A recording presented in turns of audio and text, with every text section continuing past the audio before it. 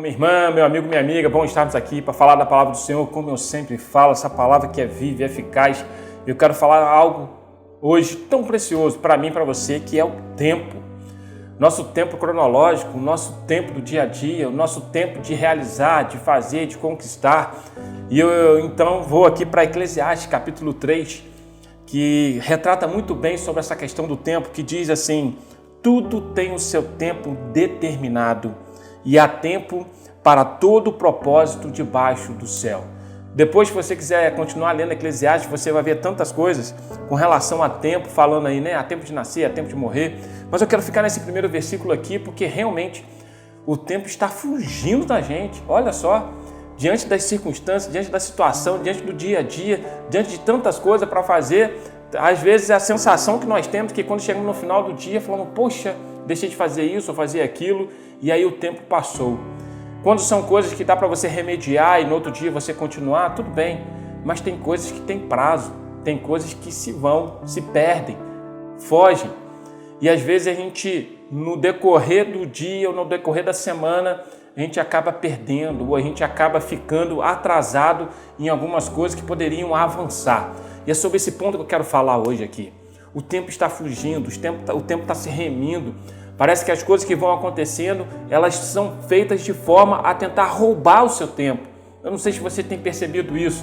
Parece que as coisas que vão acontecendo, elas realmente vão tentando tirar de você aquilo que você poderia produzir. E eu não falo somente de coisas físicas, materiais, mas eu falo principalmente de coisas espirituais, da sua vida com Deus, do seu relacionamento com Deus, da oração, da leitura, da busca. E a gente parece que de tantas coisas, de tantos afazeres, às vezes a gente quer deixar por último aquilo que é o essencial, que é quando a gente busca direto na fonte, na essência, que é o Senhor Jesus Cristo, aquele que nos sustenta, aquele que nos provê, aquele que determina a bênção e a vitória diante das nossas circunstâncias de vida. E o tempo tem tudo a ver com isso, minha gente. O tempo, ele direciona a gente. Realmente, nós temos o tempo como uma direção de cada dia, do que fazer. É agenda, a gente agenda.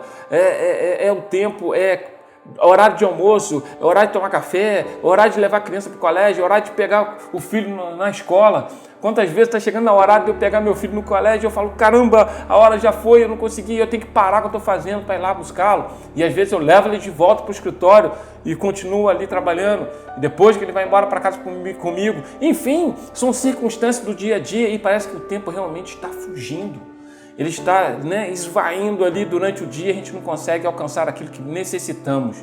Então, esse versículo aqui vem de encontro a isso. Ele diz assim, ó, tudo tem o seu tempo determinado.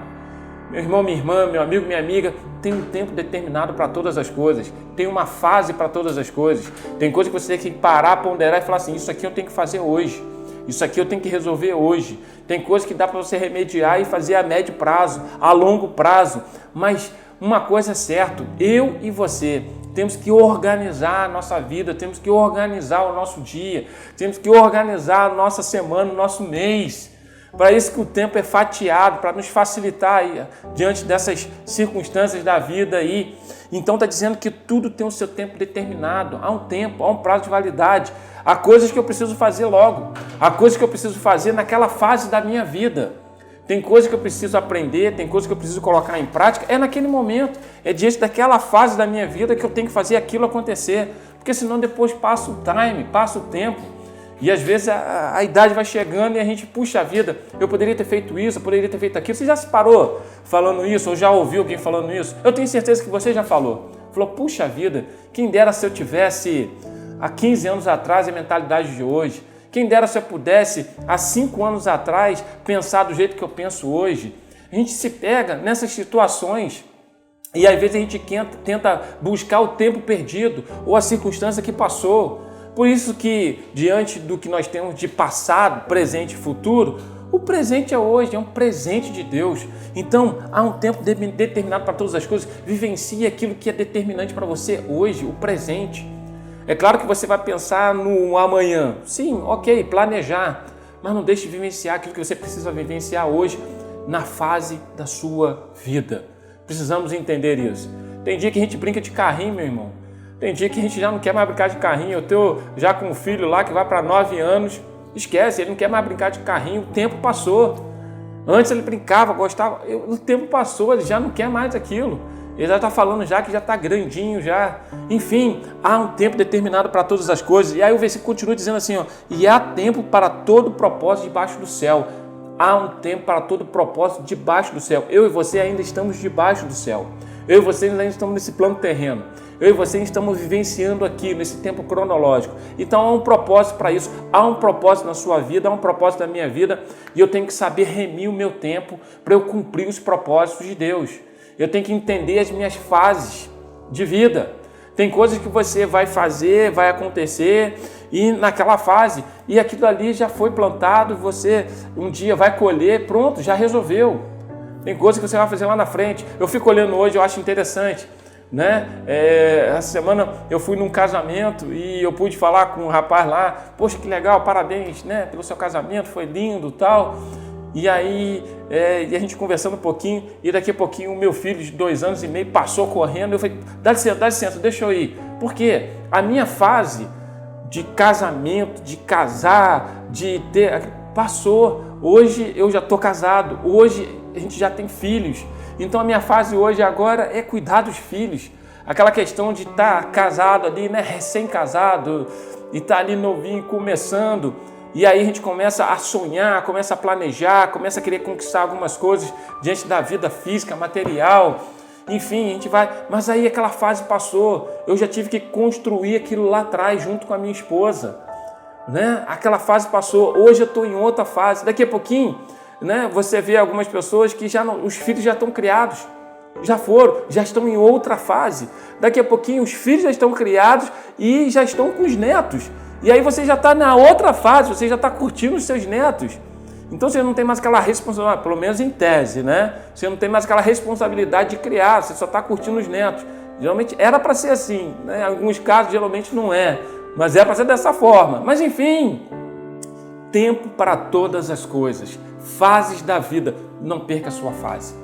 E há um propósito de Deus para cada fase da sua vida. Há um propósito de Deus sobre a tua vida para que você possa ter uma vida plena diante das fases da vida. Ah, pastor, eu perdi a fase da minha infância. Eu não tive infância.